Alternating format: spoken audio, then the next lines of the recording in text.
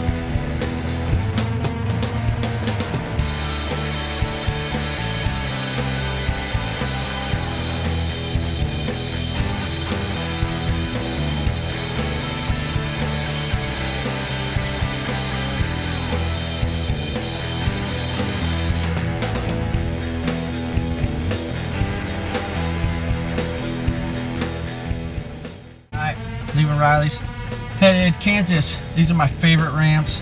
Riding with some legends for the Midwest. Corey Bradley's a beast. He's got some of the best front brake tricks you'll ever see. Took some sweet falls. My dog was judging him hard, but we weren't. We were having a good time, talking about how riding used to be. Super fun backyard ramp. Make sure and check out McGinnis, the wine glass ramps. Later. Subscribe to the channel.